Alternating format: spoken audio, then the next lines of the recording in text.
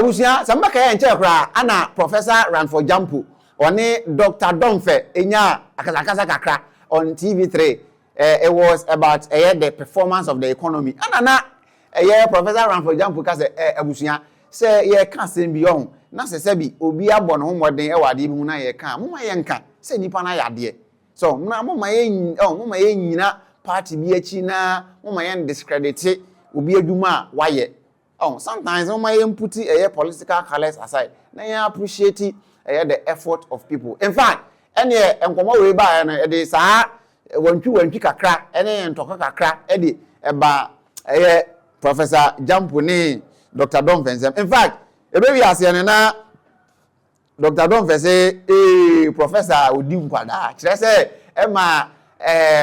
Professor Gyampo ne lawyers kwa no esiu Dr. Domfe say sa asem wo kan no ontwensan if he say enye no kre na enra on Asempa FM ana Professor Ranford Gyampo ekopie so no oni obi etwe nkomo ana obi ebusa ne se ubeka ya last year mo ana oma yeti ase lithium dealer ye na NPP aban e wo so 2024 we make a series of comments say nti nia ya omo wo ye mra hye bedwam ebetumi aye de abo oman ni se yankasa yeti ekrum na ye nya egudie ye lithium lithium dwuma bebre omo use cars car batteries most of them no lithium element no na wonom edeye. In fact most of these small batteries quite using lithium, so lithium has a lot of benefit. Enti oman ye lithium na ye true obi na eba be so yasene ono na de no ono no resources eba be so yasene ma ye true de nanzo 10% de na nka ase entwa yiwo na okaseti ya say they should negotiate something proper.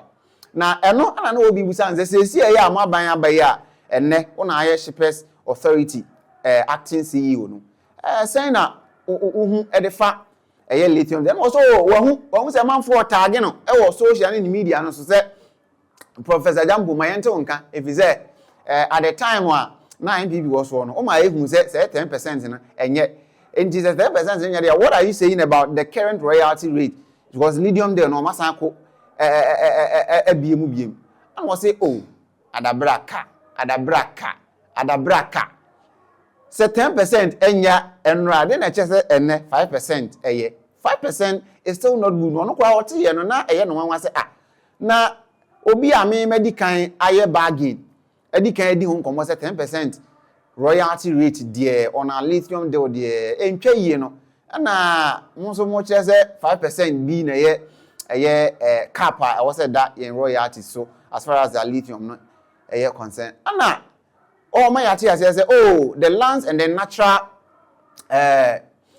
resource minister or say and they all can the within the constitution, you know, it is stated say 5%, but one of the name egu akwemu a ebeboa ama one my amendment to that particular ally so in the constitution say na be abetimi aboa mo manya more royalties than even the current in fact 10% the previous administration na one a proposal enti obi an kana komanto no yem na there is no way say okwago gina baabi no waka say 10% momu no enye but 5% mom ana enti obesere say sa propaganda na de emanfo enyai na on obi show no entie comments ni bia o make here on the lithium deal ya to abai onyame ncha de omampeni se mensom ewo shippers authority tell de ma adwin mu de ma adwuma na meye na me ho no bi draw my attention say aban fufuro MDC aban say 10% na yenya si so no o ka de mo kwaje 5% na matia na nam si oh menyini I'm so mammy, I mean, yeah, that was your initial. Oh, nah, I mean, how? President Mahama to be yes, sir.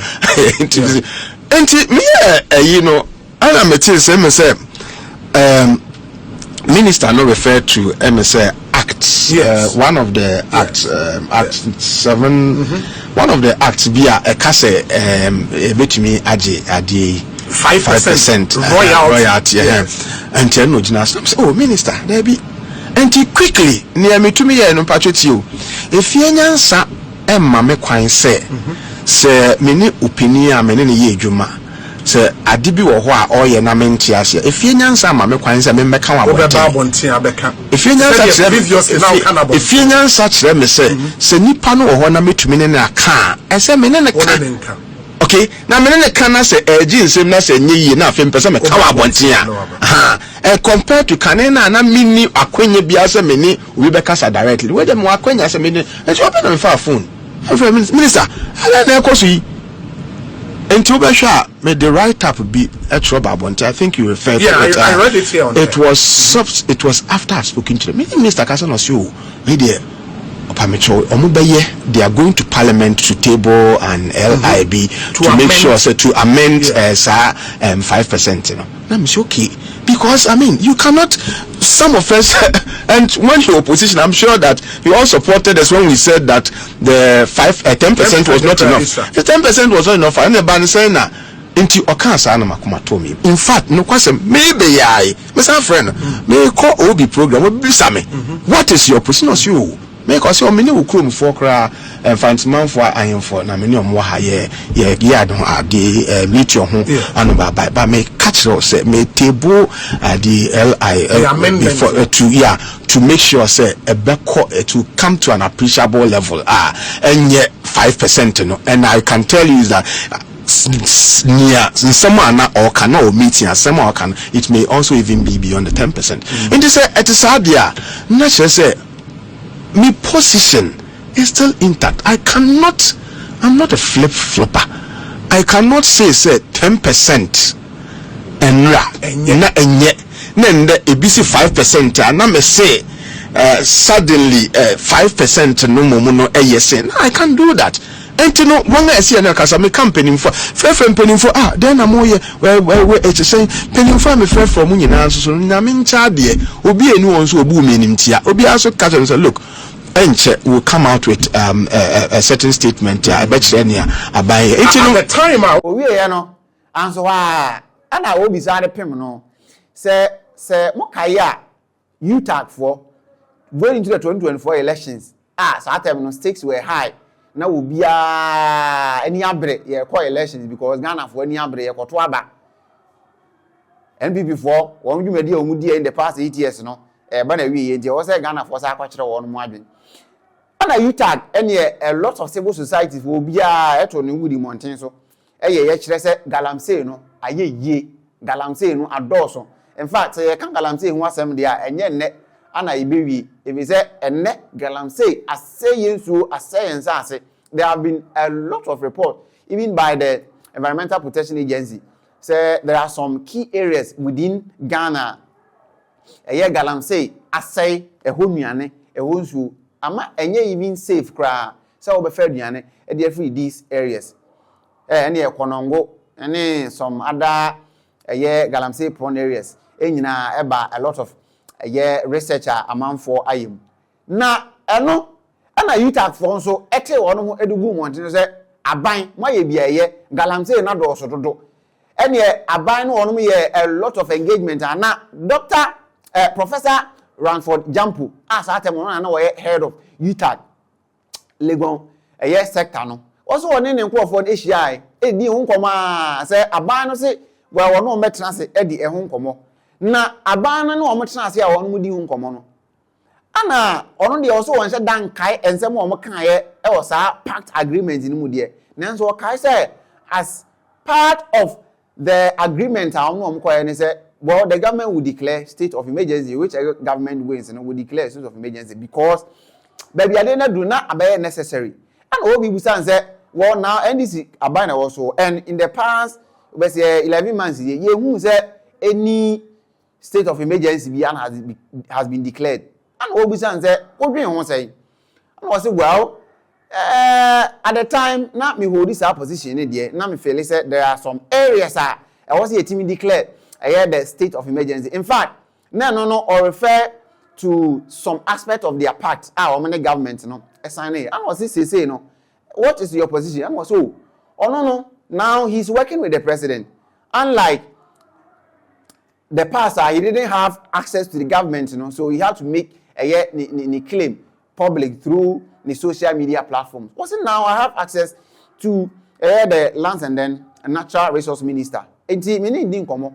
Ano no kwa assure me say asema how can the state of emergency it is needed in certain galamsey prone areas. But ni nyina no so force on the laps of His Excellency John Dramani Mahama. If you say no oda oman ni nyina no. Enti so ono so etie why no consultation na officially say necessary for state of emergency to happen there, then that would definitely happen. But until His Excellency John Dramani Mahama on a consultation with civil society organizations, now publicly, or can say now the state of emergency is needed. No, on there, it won't me any home. In fact, on this particular case, Professor Ranford Gyampo, the acting CEO of Ghana Cherished Authority, to put pressure on the system, but the system itself, quote and unquote, is not collapse or it is too busy. Okay, into Yamu Binum, you can say, Sadia, and ye, baby a dree, and yes, you perceive a strike, more see a strike. If the system has checked out, Nase Bibi anywhere, and yet let us find a way of getting the various presidential aspirants to sign some a pact with us. Say be a meba may say now then we use that as a basis to go convince our people. We got them to do. I'm telling you, I was leading the University of Ghana UTAG. Yes. Me and Kasa na meni omokasa about 2 hours. I was convincing them. Say we should call off the strike. If we no see into aba, me am for they voted against me. He voted to continue the strike. Near to end the strike, and say other universities also voted. So I didn't boom now. Yeah. So make the pact. No, did they all sign the pact? No, the key presidential aspirants at least signed. Mahama signed. President Mahama signed. Dr. Baumia signed. Alan Sherman to sign, and the rest they all signed. In the pact, no, did they commit to say Obi president there will declare state of emergency? In the pact, no question and say a checkakra into this a making kind. But I think there were several commitments. You can't say. But definitely, declaration of a state of emergency will be in there. Well, the main thing that we demand as me to me I can say seminya. We can refer to, but I recall say at that time, one of the things that we had said extensively, was that the need for us to have a certain state of emergency declared, because some of us, my view is that in Shobi apai and ubaha them afo a flooded. I can fat mop sebia or de pepper. Intino ubedumuno. Ubedumuncio nafi one mop we are nafi. Or intino some of us felt and we still feel say a certain state of emergency would help. Okay. But take note, say sometimes one say in the heat of the moment, say you say what you think should be the way out.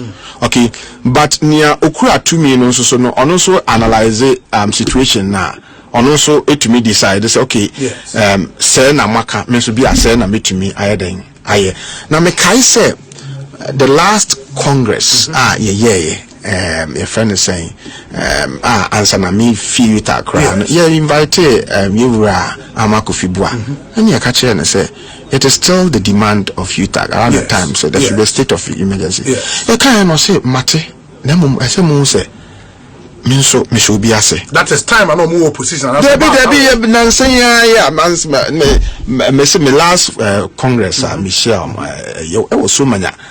Your friend about power yes there should be a declared state of emergency. No, yes maka mate na mo minso me call adi friend say o man penny echo na omampeni so ahwe because your friend is saying enye minister which me declare state of emergency and na omampeni so meeting na asem a oka or state of emergency on so say as so no so get appropriate consultations security for nimpeni for about be briefing no say e betumi aya, and that is where matters are now. And our consultations na say and yeah we and we be the say how is working with His Excellency John Dramani Mahama like, and also Onokra no ka say ansana His Excellency John Dramani Mahama eba be president no of friend no e ofon so busa say yewura na president no be di bi pen unim ne ewo mu na e di egi na wo pese wo san ba na we di president bi no so pese me ba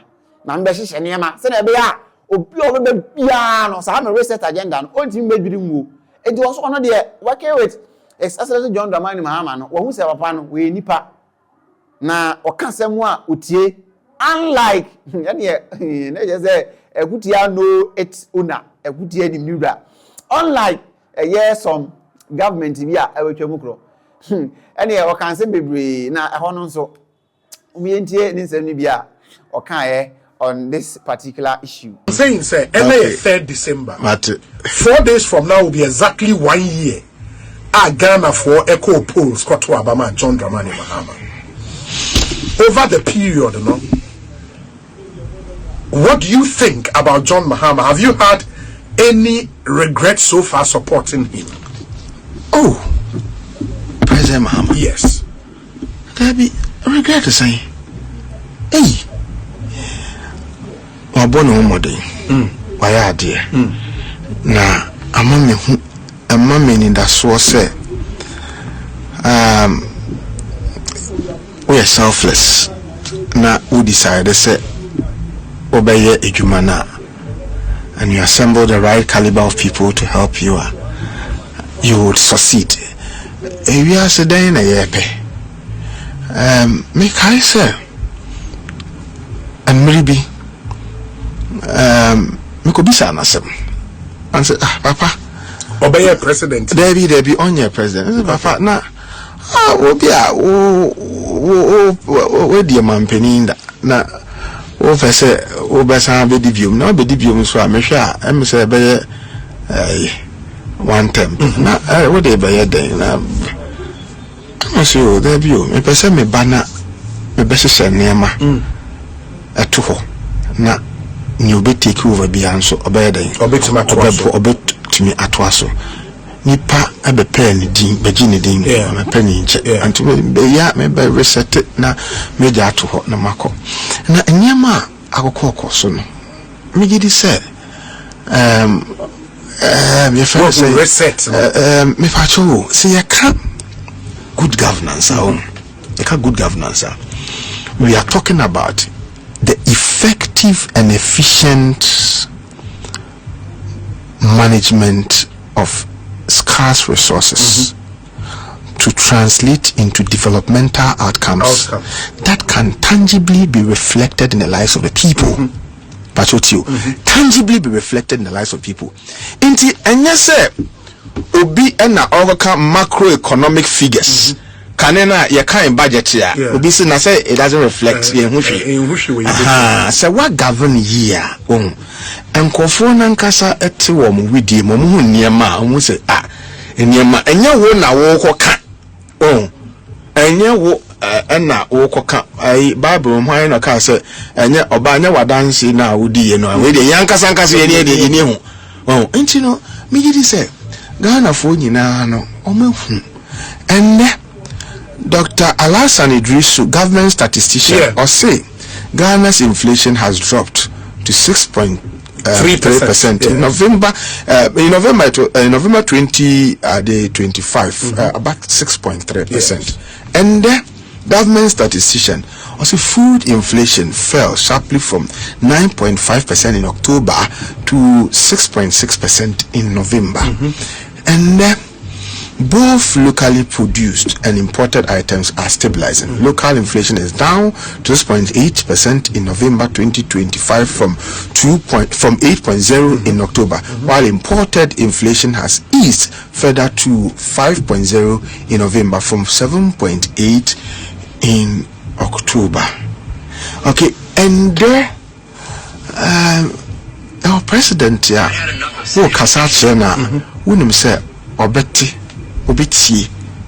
our president most start to say more kasa more yes wo che wa adwen bi a view no yes stronger no afremo be kan wa adwen ne kire me ne mfanye adwuma maybe ya no menua penin bi a ne menua bi a me ne bonko so enu akra no president Frey ya adwen no wetie yenya ayi a se wo kire wa adwen a am se unsuro biem na wonim se on be kan kire so wo kakra na me ye ne mo intine ama ende wutumi kire wa adwen na wo kire wa adwen so a enye about say wo de kenten kunsu and say you are just romancing a stone. You know, so somebody is listening. Oh, now Prof, you've built a brand for yourself. Professor runs for Gyampo or no acting CEO for Ghana Shippers Authority. In fact, or the two others say, oh, they say more as a year the Shippers Authority send a bear more importation from other countries on between any flexible import duty because they say Ghana exchange rate and stabilize it. In the abwa ama woman so import near man or no edis your mutuana non so stabilize it ama woman aha or makakra. Ebusia aha Island TV Plus. Send your first time one. Your best say obe like video no share na wa like it na front so enya bi a share e dey amaye.